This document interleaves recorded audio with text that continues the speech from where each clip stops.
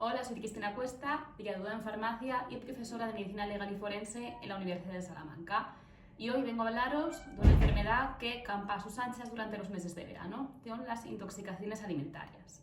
Esta intoxicación se produce cuando ingerimos alimentos contaminados con microorganismos, ya sean bacterias, virus o parásitos, o bien que presentan toxinas producidas por alguno de estos microorganismos, como es el caso del botulismo. ¿Y por qué aumentan en verano? Pues principalmente por el calor, ya que las altas temperaturas favorecen que estos microorganismos proliferen, es decir, que crezcan. Los principales síntomas pues, son a nivel gastrointestinal: vómitos, diarrea, dolor abdominal y también puede aparecer fatiga o cansancio. En general es una enfermedad leve y que remite de manera espontánea. ¿Cuáles son los alimentos principalmente implicados? Pues según las estadísticas son los huevos, la carne, el marisco y también los vegetales. Y ahora vamos a ver cuáles son algunas de las infecciones más frecuentes. Seguro que todos la conocéis y es la reina de las infecciones en verano, la salmonelosis, producida por bacterias del género Salmonella. ¿A través de qué alimentos se puede contagiar? Pues fundamentalmente a través de los huevos, a través de carnes, especialmente de aves que se consuman crudos o pocos cocinados, también a partir de frutas o vegetales que no se hayan lavado y que se consuman crudos, o leche no pasteurizada. Además, hay personas que son portadoras de esta bacteria, por lo que se puede producir una contaminación directa de los alimentos a través de manipuladores pues, que hayan descuidado su higiene. Otra intoxicación muy frecuente es producida por las bacterias del género Campylobacter.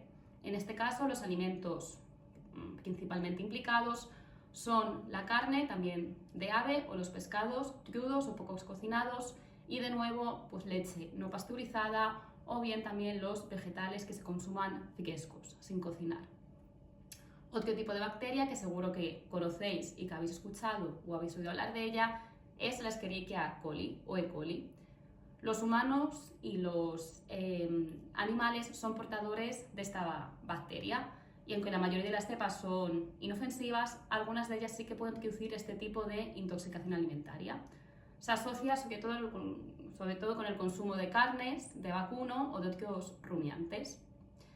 También, como ocurre en las cosas anteriores, alimentos crudos y leche no pasteurizada. Por último, vamos a hablar de la listeriosis, producida por la Listeria monocytogenes, ya que aunque en personas sanas suele ser una infección leve e incluso asintomática, en algunos tipos de población, como son personas ancianas o personas inmunodeprimidas, la sintomatología puede ser más grave, produciendo incluso la muerte. También es peligrosa para las embarazadas, donde puede provocar abortos, muerte fetal o partos prematuros. ¿En qué alimentos podemos encontrar esta bacteria? Pues especialmente en alimentos refrigerados de vida útil larga, es decir, pescados ahumados, patés, salchichas cocidas, también en ensaladas o en tortillas preparadas, así como en frutas, vegetales que se consuman crudos. La mejor forma de eliminarla, la cocción o la pasteurización, ya que puede sobrevivir a la refrigeración e incluso a la congelación. Y nosotros como consumidores, ¿qué podemos hacer para reducir el riesgo de estas infecciones? Pues dos palabras clave: higiene y temperatura. En cuanto a la higiene, pues sobra decir la importancia de hacer un buen lavado de manos antes de cocinar, así como mantener las superficies limpias y no mezclar alimentos cocinados con alimentos crudos. Otro factor importante, como hemos ido mencionando, es la temperatura, es decir, cocinar bien los alimentos. También es importante consumirlos, nada más cocinarlos, o en caso contrario mantenerlos en refrigeración. Aunque este tipo de infecciones, es decir, las que se producen en el domicilio, son las más frecuentes en cuanto a intoxicaciones alimentarias, no nos podemos olvidar de las que se producen en establecimientos de hostelería. No son las más frecuentes, pero sí pueden afectar a un elevado número de personas. Por ello, en la hostelería se debe cumplir una legislación muy estricta en cuanto a higiene y seguridad alimentaria. Esto garantiza la inocuidad y la seguridad de los alimentos y así se protege al consumidor. Si no se cumple esta normativa, se puede poner en riesgo la salud de los trabajadores y de los comensales. Y además, una inspección sanitaria desfavorable puede acarrear importantes sanciones económicas. Entre esta normativa encontramos el Real Decreto 3484/2000 y otra serie de normativas autonómicas o locales.